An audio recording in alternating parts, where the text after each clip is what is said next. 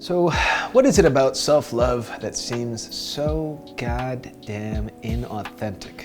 Why is it that all of the self-help gurus and positivity-obsessed masses who shout from the mountaintops that we need to love ourselves more appear to not have any idea what they're talking about?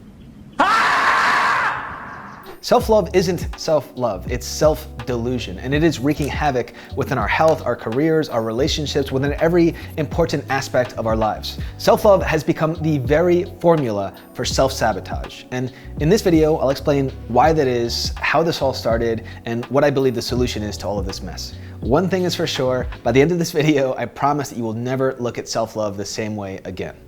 Let's begin.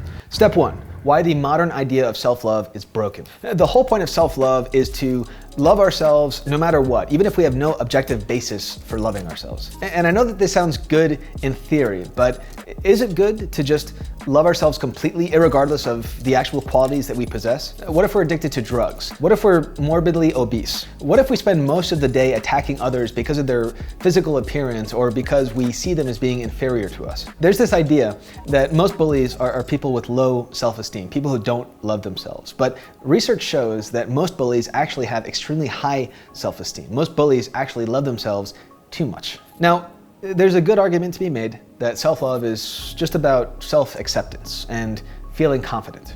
But if that was the case, then why wouldn't we just call it those things? I'll tell you why. It's because doing so destroys this whole narrative that we are somehow special just by existing.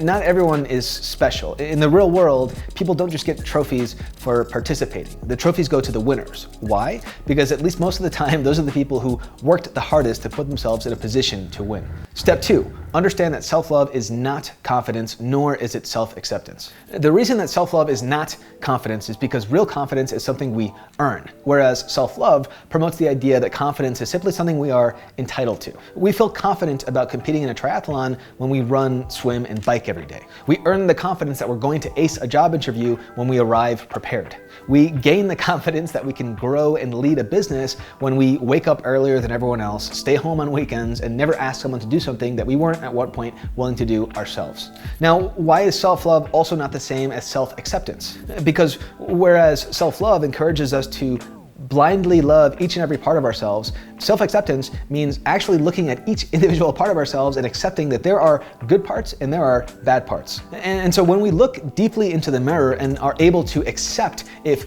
we have a drug problem, or that we have a problem with eating, or that we lack the sort of discipline that we need if we really want to achieve success. When we accept our flaws and weaknesses, we simultaneously establish a clear starting point from which we can then improve. Self-love, on the other hand, limits our ability to improve because it promotes the idea that we don't need to improve. This is completely delusional. Of course we have weaknesses, and of course we should work to improve them. Step three, understand why people actually promote self-love.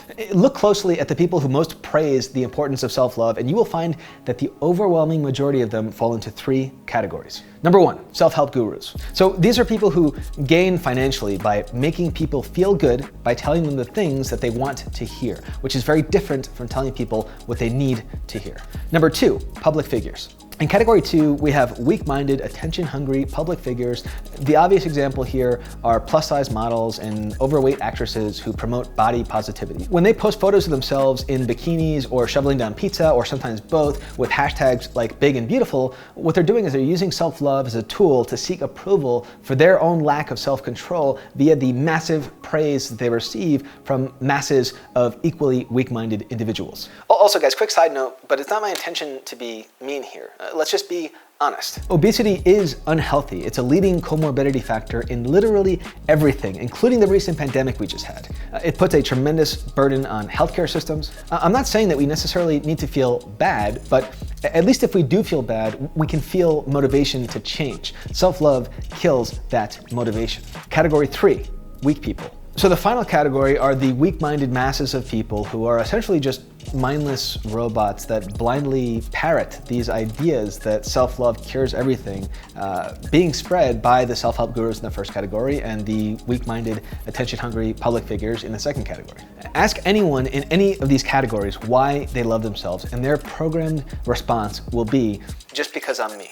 There's a word for that. It's called narcissism, and research shows that people who think highly of themselves without having any objective basis for doing so are very often less successful in the long run. Step 4, understand why self-love is actually a sinister motive. Okay, so if we already have terms like self-acceptance and confidence, then why do we even need self-love in the first place? And why has it only recently become such a popular idea? Because believe it or not, there was a time not too long ago where self-love wasn't something that people even thought much about. How we felt about ourselves didn't really matter. What mattered was simply who we were and what we did. And if you're thinking that self-love is somehow a cure for feelings of self-doubt, why do we need a cure for that? We should feel self-doubt if we haven't first earned confidence. And if we have earned that confidence and we still feel self-doubt, then how the fuck does self-love fix the problem? All it does is pulls a carpet over it. And so why is it that over the last few decades, the concept of self-love has gone from relative obscurity to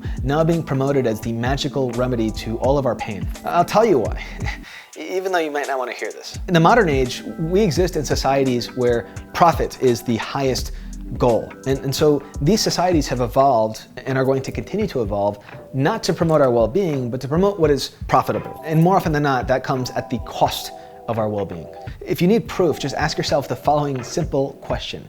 Which version of humanity is more profitable to the profit-hungry individuals and corporations at the top? The version where most of us are weak-minded, unhealthy, and love ourselves because we believe ourselves to be special? Or the version where most of us are strong-minded, healthy, and we accept our weaknesses so that we can improve on them and earn confidence through hard work and preparation? Which of these two versions of humanity is more likely to buy lots of things, to seek out medications to treat what are entirely normal and often necessary human emotions, to spend more money on external solutions to problems that can only be solved internally? Therein lies the fatal flaw of self-love.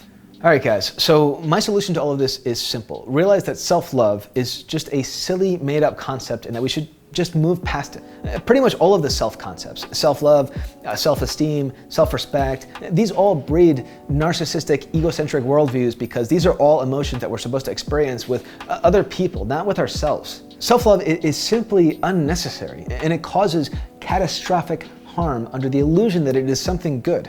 For the most part, the self is who we think that we are. But there are two other selves, who we really are and who we aspire to be. So if you really want to love yourself, love the self that you aspire to be, as that self is constantly working to see past who you think you are, to understand who you really are, so that you can be your best version. Stop loving yourself and start loving who you could be. This is the path. Ciao, and I'll see you guys in the next video.